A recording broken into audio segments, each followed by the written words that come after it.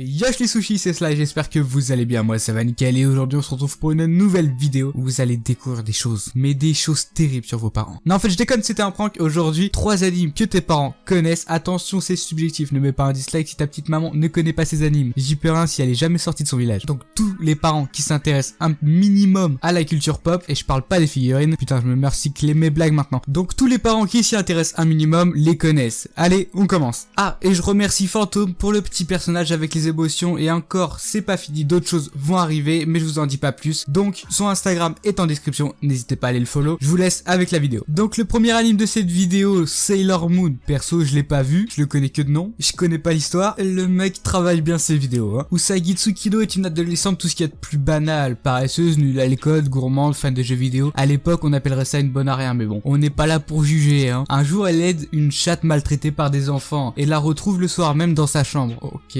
Usagi n'est pas au bout de ses surprises, puisque la chatte se met à parler et se présente sous le nom de Luna. Alors autant les mangaka aujourd'hui ont des histoires un peu cheloues, mais là c'est coke et les idées c'est la totale hein. En même temps, dans les années 80 c'était partout ce matin, midi et soir, donc bon, voilà quoi. Elle donne à Usagi un bâton qui lui permettra de se transformer en Sailor Moon, afin de sauver le monde des forces du mal. Elle va vite rejoindre Sailor Venus, qui jouait déjà les justicières masquées depuis 2 ans, sous le pseudo de Sailor V. Mais aussi Sailor Mars, Sailor Mercure, Sailor Jupiter. Putain, ils vont toutes les faire les planètes ou quoi? Les 5 guerrières de la Lune ainsi réunies vont commencer à combattre les forces du mal, afin d'empêcher la reine Beryl d'arriver à ses fins. Un peu basique certes, mais haute en couleur. Donc je suis sûr que si tu demandes à ta mère si elle connaît Sailor Moon, elle va te dire que tu es adopté. Merde, c'est quoi ça? C'est pas le bon texte. Donc si tu lui demandes, elle va te dire que oui. Goldorak, oui, l'anime avec les gros robots. Obligé de fuir de sa planète d'origine détruite par les forces maléfiques de Vega. Pourquoi tous les vieux animes ont un synopsis pas pourri? Non, on va dire original, c'est mieux. Le prince de Fort arrive sur la planète Terre à bord de Goldorak, un des plus puissants robots de l'univers. J'ai même pas envie de faire une blague là-dessus. Il est recueilli par le professeur Procyon qui en fait de lui son fils adoptif et le renomme Arcteus. MDR, la famille au nom pourri. Malheureusement, les forces de Vega arrivent elles aussi sur Terre. Putain, paye ton originalité quoi. Et Arcteus n'a d'autre choix que de les combattre avec l'aide d'Alcor, le mythique pilote du Mazinger Z. Ça se voit que cet anime est vieux, il a quand même plus de 40 ans, c'est pas rien. Autant je disais que Sailor Moon, ta mère pouvait le connaître, là ce sera plutôt ton père. L'anime le plus connu de toute génération confondue, j'ai nommé le petit robot Astro Boy. Astro Boy est une vision futuristique du monde. L'histoire se déroule en 2003, soit il y a 15 ans, mais bordel, ils sont où les robots? Le héros Astro est un petit robot créé par un savant devenu fou à la mort de son fils, mais Astro ne fut pas un bon remplaçant et le professeur Tenma l'abandonna. Il fut alors récupéré par le professeur Ochanomizu qui le renomma Astro. Il l'élèvera comme son propre fils et lui fabriquera même une petite sœur qu'il a de la chance. J'espère qu'il habite pas dans le nord, hein, sinon sa sœur va prendre cher. Et je vous passe les détails, il va affronter des méchants, vous connaissez la chanson, comme beaucoup de mangas animes aussi vieux. Cette vidéo est finie, mais avant de partir, je sais pas si c'est moi, mais en recherchant des infos pour la vidéo, j'ai l'impression que les animes d'il y a 20 ans ou plus